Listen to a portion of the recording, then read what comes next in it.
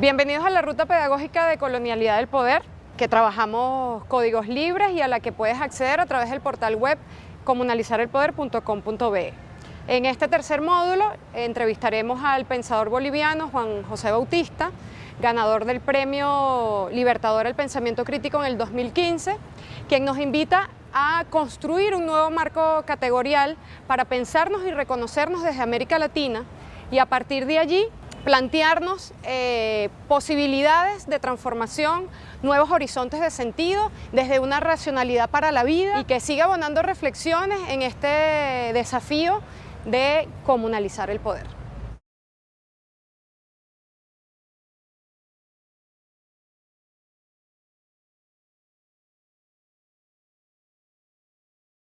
La racionalidad moderna en general no sirve para tematizar nuestros problemas. Entonces el problema es cómo construir otra idea de racionalidad, ¿no? O sea, al principio el problema es muy vago, muy en general, ¿no? Entonces, ¿por dónde entrarle? Se aparece el laberinto, por dónde atacar, etcétera, etcétera, ¿no? Eso, digamos, en el caso de Dussel, y yo pertenecía en ese entonces al equipo de Dussel, en diálogo con Apple fundamentalmente, también Habermas, su escuela, todo eso. Y en ese entonces el problema era el de la racionalidad, ¿no? Era el siguiente, ¿no? Una vez que se hace la crítica al paradigma de la conciencia, que es el paradigma fundado en la certeza del individuo, del ego, digamos en la tradición de de Descartes hasta Kant, ¿no? Que había entrado en crisis durante la Segunda Guerra Mundial, entonces era cómo reconstituir una racionalidad comunitaria, ¿no? ¿Qué quería decir esto? Ya sabemos que la idea de racionalidad fundada en la certeza del individuo, en el sentido de que basta con que yo tenga claridad respecto de un problema para saber si algo es verdadero o falso, aunque el mundo esté equivocado, ¿no? Esa es la certeza, es el absolutismo de la subjetividad egocéntrica del sujeto moderno, ¿no? Por decir, digamos, los del primer mundo piensan que todos los del tercer mundo son atrasados bárbaros. O sea, no existe explicación, argumento que pueda cuestionarles eso. Con que ellos lleguen a esa certeza, ya lo hicieron. Eso quiere decir. Entonces, esa idea entró en crisis en la Segunda Guerra Mundial. Entonces, el problema era cómo reconstituir una racionalidad, ¿no? Más amplia, más comprensiva, que permitiera superar esa crisis. Entonces viene la idea de la racionalidad comunicativa, en el sentido de que ¿qué es racional? ¿Lo que es lógico y correcto para mí o para todos, ¿no? Entonces ahí surge por primera vez la tematización del ámbito de lo comunitario como constitutivo de lo individual. O sea, antes de que yo tenga ideas respecto de lo que sea, cualquier cosa, primero existe una comunidad de comunicación que a través del lenguaje constituye cierto tipo de certezas de las cuales un individuo toma conciencia después, ¿no? Es así como funciona. No es al revés, no es que se le ocurre a un genio una idea y a partir de eso lo difunde y el resto toma conciencia, no es así. Esa es la idea del paradigma de la conciencia. Una idea se le ocurre a un genio y después de eso la difunde y el resto, digamos, ya comprende, no es así, es al revés, ¿no? Aparece en un individuo o en un genio como novedoso cuando el genio individuo toma conciencia de eso, que es común a todos. Y si todos se identifican con eso, es porque ese conocimiento se corresponde con esa comunidad de comunicación. Es así como se replanteó el problema. Pero en sentido formal todavía es el modo como responde Apple Habermas al problema, ¿no? En sentido formal quiere decir lo siguiente, sin contenido, o sea, sin tomar en cuenta las especificidades que se da culturalmente en distintos espacios geográficos o geopolíticos, ¿no? Entonces ahí es donde ingresamos nosotros, ¿no? Entonces decimos, bueno, comunidad de comunicación, ¿qué comunidad de comunicación? En primera instancia era la comunidad de comunicación del primer mundo, ¿no? Quienes comparten un horizonte cultural, por decir, Europa, Estados Unidos. Pero ¿qué pasa cuando irrumpe alguien desde fuera? En este caso de la exterioridad, de esta comunidad de comunicación y dice, no estoy de acuerdo con todo eso.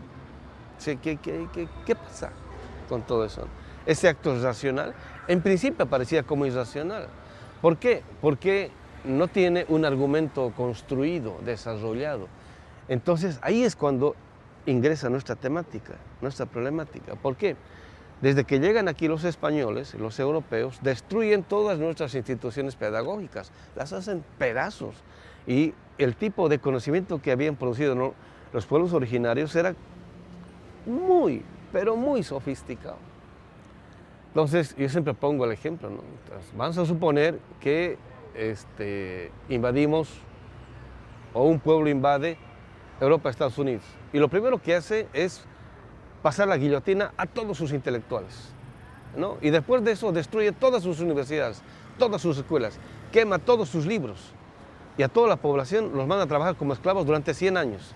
Y después de 100 años dice, ¿dónde está el saber de ustedes? ¿Dónde? Eso han hecho con nosotros, ¿no?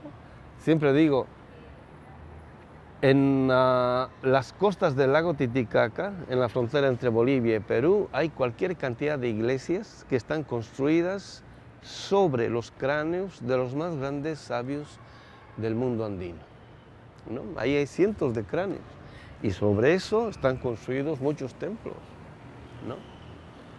O sea, a nuestros grandes sabios los han cortado. Entonces, bueno, y después de eso, la posibilidad de que desarrollamos nuestras propias instituciones pedagógicas, académicas, las han destruido.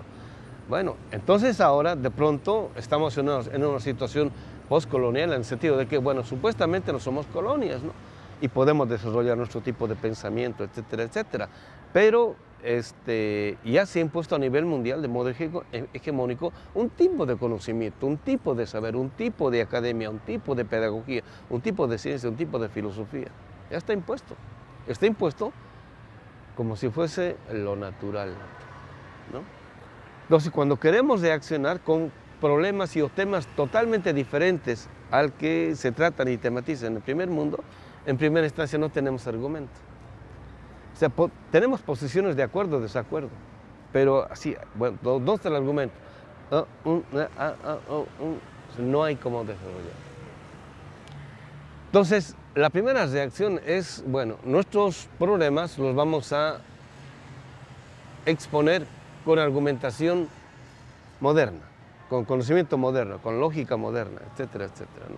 Entonces, ya no vamos a estudiar Europa, Estados Unidos, vamos a estudiar lo nuestro, pero con el mismo tipo de lógica y argumentación de Europa, Estados Unidos. Eso es fracaso.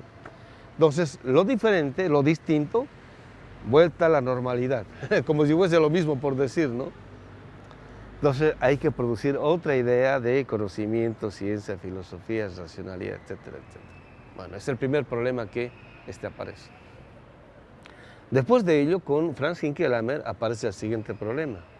¿Cómo se produce eso materialmente y no formalmente? Porque ya tenemos la idea de que, bueno, formalmente es el conocimiento, el saber todo eso, y tratamos de conocer todo eso, pero no es ahí por donde empieza la producción de conocimiento. Aparece con Hinckelammer el problema por el nuevo trabajo que él hace sobre Marx. El nuevo trabajo que hace sobre Marx, bueno, así entre comillas, ¿no? El marxismo del siglo XX se formalizó en el sentido de que perdió la tematización, la posibilidad de tematización de esta dimensión de la realidad, que es cómo se constituye la materialidad de las relaciones interpersonales, intersubjetivas, humanas, etcétera, etcétera, ¿no? Que era el problema de la economía, pero no de la economía moderna. La economía moderna está orientada en función de la ganancia, ¿no? Eso se puede formalizar en el sentido de es la contabilidad pura, ¿no? Los números, la cantidad y listo. ¿Y el resto? Bueno. Entonces, esta nueva tematización que hace Franz Hinckelammer sobre Marx descubre el siguiente problema, que ahora lo estamos desarrollando ya de modos mucho más sofisticados, ¿no? El momento originario en el cual se producen las grandes formalizaciones empieza en la producción material de la subjetividad que después se va a formalizar en las reflexiones científicas o filosóficas. Dicho de otro modo, empieza en el estómago. Ahí es donde empieza, ¿no? O sea, empiezan en las relaciones intersubjetivas, persona a persona, en el tipo de trato, en el tipo de relación que se da fáctica, en el modo como, digamos, empresarios de primer mundo vienen acá y dominan, someten, esclavizan el trabajo de los originarios de acá, de los pueblos afros, etcétera, etcétera. Es la relación práctico-material. Ese es el contenido que después se formaliza, ¿no? Entonces, si no se tematiza eso, difícil construir otro tipo de racionalidad, porque ahí es donde empieza, ¿no? Y entonces nos damos cuenta de que primer mundo ha establecido un tipo de relación material que prácticamente lo ha naturalizado, en el sentido de que nosotros producimos materia prima o bruta y ellos elaboran la sofisticación de este tipo de producción, en principio, ¿cómo se llama?, extractiva, ¿no? O sea, ¿qué produce eso? ¿No? Es decir, yo pongo el ejemplo de la mina, ¿no? En la mina, ahora van con taladros mecánicos, ¿no? Pero antes iban con pala y pico a sacar el mineral, la roca pura, por decir, juntar. Es un trabajo no solamente bruto, en el sentido de la materia bruta, sino es un trabajo que embrutece. Entonces, la cargaban a pulso, con bestias de carga, etcétera, etcétera, ¡pum! Y se iba a primer mundo, y llegaba la roca ahí, así como si hubiese caído del cielo, dice Marx, ¿no? Y lo elaboraban y sale el producto elaborado ya fino. O sea, ¿qué produce esto? La extracción, producción de materia bruta a nosotros nos ha ido embruteciendo. Es la dialéctica de la producción, ¿no? O sea, el tipo de relación, dice Marx bien clarito, que se da entre su naturaleza o el sujeto y la producción, es como define la subjetividad, ¿no? Entonces, como nosotros estamos directamente vinculados a la producción de materia bruta, eso nos embrutece. Y ellos, vinculados directamente a la producción de los instrumentos más sofisticados, pues se sofistican, ¿no? Es decir, la última vez que estuve en Berlín, al principio estudié arquitectura, y cuando yo estudié arquitectura iba a los talleres de arquitectura, y son talleres, así literal, son talleres, ¿no? Entonces veía en Berlín estudios de arquitectura, parecen oficinas, ¿no? Y hasta los arquitectos, las arquitectas parecen ejecutivos, ¿no? Entonces, no se puede dar cuenta de la diferencia, ¿no? Es decir, ¿qué tipo de subjetividad produce un tipo de producción, ¿no? O sea, los arquitectos prácticamente son albañiles. Y esos arquitectos son ejecutivos, por decirlo, y producen todo lo instrumental en ese sentido, en esa perspectiva, pero en bruto se produce acá, ¿no? O sea, eso produce un tipo de racionalidad, ¿no? Ahora, bueno, estoy empezando todavía a tocar el tema nada más, ¿no? O sea, ni siquiera lo quiero desarrollar. Esto quiere decir de que en el plano del pensamiento nosotros nos acostumbramos a producir los problemas en bruto también, sin posibilidad de formalización. Pongo otro ejemplo para ilustrar esto, ¿no?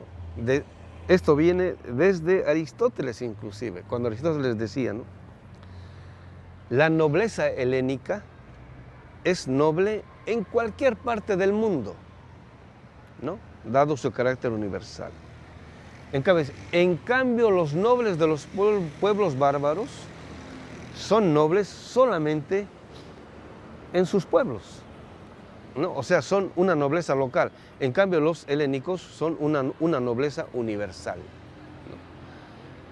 Cuando los europeos se modernizan con esa subjetividad, ¿no? Por decir, digamos, el empresario europeo es universal.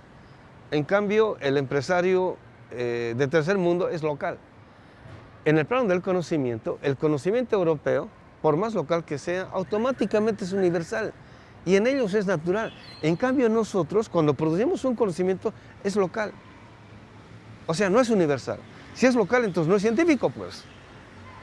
Y a mí me sorprendía esto cuando yo llegué a México, fines del 80, principios de los 90, el 99.99% de la gente que estaba haciendo sus tesis doctorales, cuando hacían estudios locales, todo el mundo se quedaba en lo local y nadie lo elevaba a lo universal, ¿no? Pues, ¿qué pasó? Así es una subjetivación en el sentido de nosotros solamente podemos producir pensamiento local, pero no universal. ¿Qué pasó? ¿No? Y cuando uno quiere producir pensamiento universal, a uno le decían, estás mal. O sea, en el sentido de que existencialmente nosotros no podemos producir pensamiento universal, sino solamente local. Entonces, habíamos subjetivado eso de tal modo que cuando hablábamos de los problemas, hablamos, no, es que en Bolivia solamente esto, el otro, es que en Perú solamente, es que en Venezuela solamente, pero nadie sin, a partir de eso, poder elaborar, ¿cómo se llama?, pensamiento universal. En cambio, cuando venían los franceses, por ejemplo, estaban de moda. Entraron los franceses, ¿no? Los franceses no necesitaban hablar de Francia, ellos hablaban en sentido universal y todo el mundo lo tomaba. Y cuando leemos a Bourdieu, Foucault, no nos damos cuenta que eso es pensamiento local. El pensamiento norteamericano y el pensamiento europeo es pensamiento local, no es pensamiento universal. Que se universaliza eso, ese es otro problema, ¿no? Todo pensamiento local se puede universalizar, todo, absolutamente todo. Y en última instancia, cuando el ser humano piensa en sentido radical, tiene una legítima pretensión de universalidad. Si lo desarrollamos eso o no, ese es otro problema. Entonces, bueno, ¿por qué? Entonces, tenía que ver con el ámbito de la producción de la subjetividad, y eso inmediatamente nos remitió al problema de la producción de la vida. O sea, ¿qué tipo de vida producíamos y qué tipo de forma de vida se produce en Estados Unidos? Entonces ahí inmediatamente descubrimos, ¿no? Esa vida es a costa de la nuestra, esa forma de vida es la negación de eso. Y querer optar por esa forma de vida, por esa forma de pensamiento, implicaba negar no solamente nuestras formas de vida, sino nuestro tipo de pensamiento. Ya está. O sea, es increíble, vía Marx llegamos a eso. O sea, no vía pueblos originarios, por decir, ¿no? Y evidentemente estábamos pensando problemas relativos a los pueblos originarios. Y eso empieza con el concepto de comunidad, que me voy a referir después cuando llegue al tema ¿no? Entonces, lo primero que descubrimos eran obstáculos existenciales. Ilustro de otro modo, ¿no? Yo fui alumno de Hugo Semmelmann durante mucho tiempo. Entonces, uno de los problemas que él trabajó muchísimo en México, desde mediados, fines de la década del 80, era el problema del sujeto con conciencia histórica y del sujeto que es capaz de producir, hacer, construir historia, ¿no? Entonces, al final de su vida, él decía, ¿no? Me tocó compartir con él un seminario un mes antes de que falleciera. Entonces él decía, o sea, tantos años he enseñado acá en México, he enseñado en Colombia, he enseñado en tantos lugares, he enseñado a que cómo es que los investigadores se pueden constituir, se deben constituir en sujetos, o sea, en productores de teoría, con pretensión de universalidad, todo eso, ¿no? O sea, ¿dónde están los alumnos? Y ya forma generaciones y generaciones y generaciones y generaciones, ¿no? O sea, ¿qué ha pasado? O sea, y un maestro, Dussel igual, Hinckelammer igual, o sea, los maestros, ¿no? ¿Dónde están los alumnos? ¿No? Tuve un maestro, Eduardo Nicol, produjo una filosofía, puedo estar en desacuerdo con su vida, pero produjo una filosofía. ¿Quién de sus alumnos ha desarrollado una filosofía comparable a la suya? Nadie. O sea, esto es un problema existencial, ¿no? Que tiene que ver con la historia y con la cultura que ha producido la modernidad. Entonces, lo primero que descubrimos es que son problemas que ha producido la cultura de la modernidad. Entonces, ahora, ¿cómo nos remontamos a ello? ¿Cómo vamos más allá de ello? Bueno, de pronto, gracias a la obra de Hinckelammer, bueno, yo siempre digo, Hinckelammer es el Marx de este tiempo, pero nadie se da cuenta todavía, ¿no? Bueno, él dice que detrás de la producción de todo tipo de conocimiento, sea filosófico, científico, moderno, lo que sea, siempre en última instancia lo que está presupuesto es un modelo ideal, ¿no? O sea, la palabra modelo ideal es la palabra que en ciencia o filosofía se utiliza para hablar de mitos o utopías, ¿no? Entonces, en última instancia, siempre está presupuesto un mito. ¿Qué es un mito o qué es un modelo ideal? ¿No? Es una gran narrativa que le presenta a uno todo el universo con sentido, o toda la historia, o toda la realidad con tal o cual tipo de sentido. Eso quiere decir. Porque en principio querer conocer toda la realidad es imposible, ¿no? En parte la crítica de la razón pura sirve para entender que esto es finito, ¿no? Y cuando digo esto no me refiero a una mente individual, sino juntamos todos los cerebros de la humanidad, siguen siendo finitos. No podemos concebir ni conocer todo, ¿no? Entonces siempre conocemos por partes. Entonces, pero para poder conocer tal o cual parte necesitamos nosotros siempre una visión, ¿no? Lo que se llama cosmovisión, una visión de la realidad tal que nos permita orientarnos. Esa función cumplen los mitos, ¿no?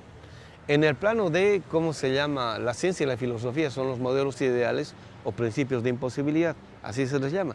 Pero también, en el fondo, es un mito o una utopía, ¿no? Entonces, dice Hinkelammer, ¿no? La modernidad ha sido capaz de producir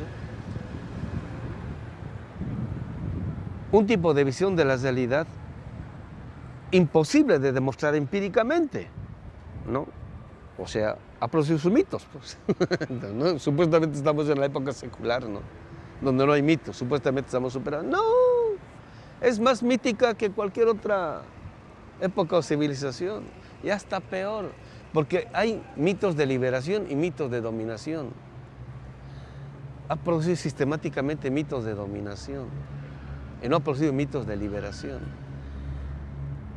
El del Éxodo, por ejemplo, es un mito de liberación, ¿no? Y así sucesivamente. Y no es moderno, ¿no? Bueno, entonces dice, nosotros hemos quedado atrapados al interior, él dice, del marco categórico del pensamiento moderno. El marco categórico del pensamiento moderno es otra forma de decir al interior de sus mitos. ¿Listo? Y creemos en eso. Y eso está hecho exactamente para negar nuestros mitos y utopías, para ponerse en caducidad, para hacerlas aparecer como inviables, como premodernas, precapitalistas, atrasadas, del pasado, etcétera, etcétera. Entonces, dice, y porque creemos en los mitos de la modernidad, no creemos en lo propio. ¿Listo? Así de simple, ¿no? O sea, somos creyentes fidelísimos de los grandes mitos de la modernidad. Y no nos damos cuenta. ¿Por qué? Porque la modernidad, como cualquier otro horizonte mítico, argumenta. Argumenta. No es una mera creencia, no. Hay detrás de eso, hay toda una argumentación. Y eso en toda cultura o civilización. O sea, cuanto más historia tiene una cultura o civilización, es porque ha producido un sistema de argumentación tal que es capaz de sostenerse a lo largo de los milenios. No es nomás dominación, no. Eso es un mito de la modernidad, que están ahí atrasados porque nos dominan todo eso. No, son relatos esos a posteriori. No es que no hay relaciones de dominio, no estamos diciendo eso, no. Entonces, ¿cómo vamos más allá de los mitos de la modernidad? ¿No? Ahí aparece el otro tema, ¿no? Entonces, bueno, decimos, bueno, entonces, y eso tiene que ver con la política, porque es un problema teórico. Y esto que estoy diciendo es de la década del 90. En este siglo, ¿no? Aparece, bueno, empieza con el Caracazo, y después de eso aparece el proceso del compañero hermano, liderado por el compañero hermano Chávez, ¿no? Aparece lo de Bolivia, la guerra del agua, la guerra del gas, todo eso, y de pronto empieza a aparecer un tipo de política distinta al tipo de política que había aparecido durante el siglo XX, ¿no? En el siglo XX el tipo de política estaba liderada por los obreros. En la década del 90 hacen desaparecer el capital transnacional a las fábricas nuestras. O sea, ya no hay obreros, los hacen desaparecer. Y eso es política. Entonces hay lo que alguna ciencia social dice en mi opinión, con mucha ingenuidad, movimientos sociales. Es una categoría del siglo XIX eso. Y no se dan cuenta que está detrás de eso. Porque hay una disputa en el siglo XIX para ver si es clase obrera o proletaria o movimiento social. Hay una disputa eso en el siglo XIX. En el siglo XX retrotraen todo eso y le dicen, ahora ya no hay clase obrera, ahora hay movimientos sociales, ¿no? Entonces, hasta tribus le dicen, ¿no? Hay unas minorías que salen aquí y allá. Bueno, junto con ello aparecen los pueblos originarios, o antes de ello aparecen los pueblos originarios, con otra concepción de la realidad, con otra forma de hacer política. Y entonces nos damos cuenta que los pueblos originarios no se perdieron hace 500 años, ni durante esos 500 años, están vivitos y coleando, no están en el museo, no son objeto de la arqueología, ni la antropología, ni la etnología, nada, son realidad viva y ahí en la política lo van mostrando. Entonces cuando vemos eso, decimos, pues ahí está. Entonces empezamos a trabajar con este tipo de gente para hacer una reconstrucción de los modelos ideales con los cuales sería posible entender de otra forma toda la realidad. Ahora, uno diría, ¿no?, que este es un problema intelectual, entre aquí las bibliotecas, todo eso. No hay nada en las bibliotecas, todo lo que hay en las bibliotecas es el conocimiento moderno, europeo, occidental, hecho para dominar o para amansar, por decirlo. Entonces hay que hablar con los sabios, y están los sabios, existen los sabios, son bibliotecas andantes, ambulantes, que tienen más sabiduría que muchos de estos especialistas europeos modernos occidentales. Entonces ellos nos lo dicen, este no es un problema intelectual, este es un problema existencial de vida. O sea, uno agarra las grandes ideas no intelectualmente, no en la biblioteca, no con el libro, sino produciendo otra subjetividad, otra corporalidad, otro tipo de consumo. Cuando consumo mercancía capitalista me estoy tragando el capitalismo entero. Cuando consumo mercancía o alimento andino, me estoy tragando el mundo andino. Estoy haciendo que sea parte de mi subjetividad. Entonces, recuperación de lo propio, revaloración de lo propio. Ya no relacionarme con la papa, o con la oca, o con la yuca, como si fuese un objeto que me da solamente nutrientes. No, es sujeto, persona, vida. Y así sucesivamente, ¿no? No solamente llena de contenido energético, sino también de contenido informático. Poco a poco, a través de la sangre, la digestión, todo eso, llega al cerebro. Entonces empezamos poco a poco a llenar de otro tipo de contenido informático nuestras neuronas. Y en diálogo con ellos empezamos a actualizar esta otra visión de la realidad. Y cuando tenemos la perspectiva de esta otra visión de la realidad, recién aparece la modernidad como un todo. Y cuando aparece la modernidad como un todo, aparece miserable, como lo peor que ha producido la humanidad a lo largo de toda su historia. O sea, llegar a esto, estoy hablando desde mediados, fines de los 80, ¿no? Entonces, este es uno de los grandes obstáculos. El 95%, voy a ser optimista, el 95% de la gente que está metida en los procesos nuestros de transformación y de cambio sigue pensando que esto es un problema intelectual. Pensar que es un problema intelectual es saber, tipo de cosas, ¿no? No, compañeros. Es transitar de una forma de vida a otra forma de vida, de un tipo de consumo hacia otro tipo de consumo. Eso quiere decir tomar conciencia. En una de las preguntas, vamos a ir ahí, ¿no?, que no es nomás consumir cualquier mercancía. Marx dice, cuando nosotros consumimos la mercancía capitalista, realizamos al capital. Le estamos diciendo al capital que produce eso, qué bien que estás, qué bien que produces, bravo, sigue produciendo.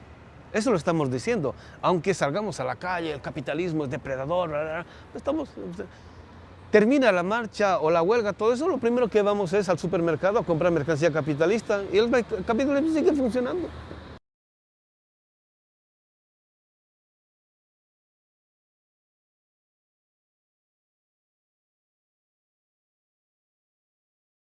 La primera vez que llegamos al tema fue en el diálogo con Apple. Estoy hablando todo el año del 90 y el 91, la primera vez que llegamos al tema, ¿no? Entonces Apple llega con el tema de la comunidad de comunicación ideal, ¿no? que sería el fundamento gracias al cual se podría dar la comunicación. ¿Qué quiere decir esto? Esto parece abstracto, pero es bien concreto. Quiere decir que para que, bueno, Apple está pensando el problema de la destrucción de la intersubjetividad en Europa, ¿no? Que ha producido fundamentalmente la guerra. O sea, los seres humanos ya no creen en sí mismos. Eso quiere decir. Ya no se relacionan por humanidad, sino por intereses. Eso quiere decir. Entonces dice, ¿cómo reconstituimos eso? ¿No? Entonces dice, es a través del diálogo. Y Habermas dice lo siguiente, ¿no? Y esto es porque los problemas económicos ya no son problemas. Está hablando de Europa él, ¿no? O sea, el pobre o la clase obrera ya tiene coche, ¿no? Ya tiene refrigerador, tiene televisor, tiene su departamentito, o sea, ya. El problema es ahora la comunicación. Y por eso abandona Marx, ingenuo. Porque está pensando Europa nada más. O sea, está pensando el 10% de la humanidad. Digamos el 20% de la humanidad. El resto seguimos pobres. O sea, ¿cuál universal? No es universal, es un pensamiento local. Pero la gente no se da cuenta. Y hasta ahora siguen siendo habermasianos. Bueno. Entonces dice Apple, ¿no? Para que haya comunidad, para reconstituir a la comunidad, tiene que haber un reconocimiento explícito de la dignidad del interlocutor, ¿no? De tal modo de que yo me abra, más allá de mis certezas, a la posibilidad de que en la interlocución el otro me pueda interpelar. O sea, yo reconocer que sus problemas son tan válidos como los problemas que yo pienso y yo concibo. Entonces vamos a reconstituir la comunidad. Porque dice, en última instancia, cuando uno sale a hablar, ¿no? Lo que interpela siempre es el principio de inteligibilidad, en el sentido de que uno habla, se comunica, habla, discursea, lo que sea, con la pretensión de que todo el mundo le va a entender, aunque no lo entienda, pero tiene ese tipo de pretensión, de tal modo de que todo el mundo le diga, ah, qué bien que has dicho, se ha entendido perfectamente, etc. En última instancia, todos hablamos así. Nadie habla, ¿no? Nadie sube a una palestra para quedar mal ante todos, ¿no? O para que nadie le entienda, no. Hay un principio de inteligibilidad, comprensión, etcétera, etcétera. Entonces, a eso le llamamos el principio formal de la comunidad. Es una comunidad sin contenido. Porque puedes platicar de lo que sea, ¿no? Entonces, eso deviene en un tipo de reflexión sobre qué es comunidad, ¿no? Y lo que normalmente todo hace es, cuando hablan de comunidad, recurren a la tradición que de pensamiento comunitario proviene de Europa y Occidente, ¿no? Digamos, en última instancia, esta idea que de comunidad aparece en el libro Praxis Kai Apostoloi, los Hechos de los Apóstoles en el Nuevo Testamento, donde se inspiraron también los primeros comunistas y socialistas, donde compartían todo. Es un principio de reconocimiento de la intersubjetividad de todos. Y ahí se quedan con eso y piensan que es la comunidad. ¿Qué pasa cuando nosotros decimos, bueno, está bien eso para los europeos, sí, pero ¿cómo se piensa la comunidad respecto a nuestros pueblos? Y ahí es donde viene la bomba, ¿no? Estamos pensando el tema hace años y todavía no escribimos porque es dinamita pura. ¿Por qué es dinamita pura? Bueno, porque el contenido del concepto de comunidad en los pueblos originarios no alude solamente a la interrelación personal e intersubjetiva entre personas. Pensar que la comunidad se reduce a eso es una ingenuidad. Es seguir cayendo en el paradigma que la modernidad ha producido acerca de la humanidad, como si el ser humano fuese una corporalidad sin naturaleza, ¿no? El principio vida sirve para entender que nosotros sin naturaleza somos nada. Es como el hijo sin la madre es nada. Nosotros como humanidad sin la naturaleza somos nada, ¿no? Entonces, en el contenido del concepto de comunidad que se deduce de los pueblos originarios, la comunidad no alude solamente a la intersubjetividad de los participantes de la comunidad. Ese es un aspecto. La comunidad es una tridimensionalidad de relacionalidad. Es una comunidad de parientes. Unos son los seres humanos otros son los parientes de la naturaleza o la Pachamama, y otros son los parientes espirituales o ajayos. Son estas tres personalidades, por decir, los que componen a la comunidad. Ahora, ¿por qué? Uno por decir, ¿es su cosmovisión? No, no es solo una cosmovisión. No, es la producción de una comprensión de lo que sea la realidad milenaria, así comprobación empírica, fáctica, ¿no? Si yo parto desde la modernidad, yo me relaciono con la naturaleza en términos de objeto, porque la modernidad ha constituido la naturaleza en objeto. Pero si parto de los pueblos originarios, la naturaleza no es objeto, es sujeto, es madre, ¿no? El hijo con la madre no se relaciona en términos de igualdad. El hijo se relaciona con la madre en términos del reconocimiento de una dignidad superior a la suya, ¿no? Ahora se está perdiendo en México, pero cuando yo llegué por primera vez, yo recuerdo, los cuates me llevaban a sus casas, ¿no? Tipos, haga de cuenta, 25, 30 años, ¿no? A su mamá le decían, madrecita. O sea, con un respeto, una reverencia. Usted, madrecita, ¿no? O sea, ni siquiera madre, ¿no? O mamá, ¿no? Madrecita, ¿no? O sea, el reconocimiento de la dignidad de una subjetividad mayor, de respeto a la de uno. Eso es la Pachamama para la humanidad. Voy a hacer una última pregunta. Es que me falta otro pariente.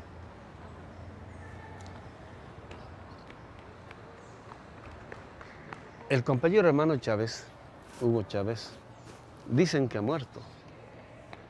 Desde la perspectiva de los pueblos originarios, está vivito y coleando. Él ahora es parte de los ancestros, es la otra parte de la comunidad. Y si nosotros no los reconocemos, o sea, los únicos que han dado la vida por un país o cultura como este, no es Chávez. Hay mucha gente, esos están vivos, pero no de ahora, no de hace 200 años, sino de hace milenios. Y los hemos olvidado, y por eso nos han ganado los europeos. Bueno. Hemos perdido fuerza, hemos perdido potencia. Entonces, cuando los reconocemos, y ellos no, es como cuando un varón está ahí, no sé qué hacer, qué sé yo, viene la mamá o la esposa, le dice, yo te apoyo, ¡prum! Entonces necesitamos recuperar la subjetividad de ellos, de tal modo de que ellos, no estoy hablando de los seres humanos, estoy hablando del espíritu de los ancestros y de los espíritus de la Pachamama, estén con nosotros en la lucha. No solamente nos vamos a potenciar, sino que vamos a arrasar y vamos a ir más allá del capitalismo y la modernidad. Eso es lo que está detrás del concepto de comunidad cuando uno parte de los pueblos originarios. ¿Quién está dispuesto a creer en eso? Ni la izquierda. ¿Por qué? Porque todavía tienen conciencia moderna. Y por eso estamos como estamos. Porque nuestra izquierda es secular. Cuando digo es secular, estoy diciendo es moderna. Cuando digo moderna, estoy diciendo es burguesa, tiene conciencia burguesa. Eso es lo que estoy diciendo. Y para decir esto no es una ocurrencia mía. Yo tengo cualquier cantidad de citas de Marx para demostrar esto.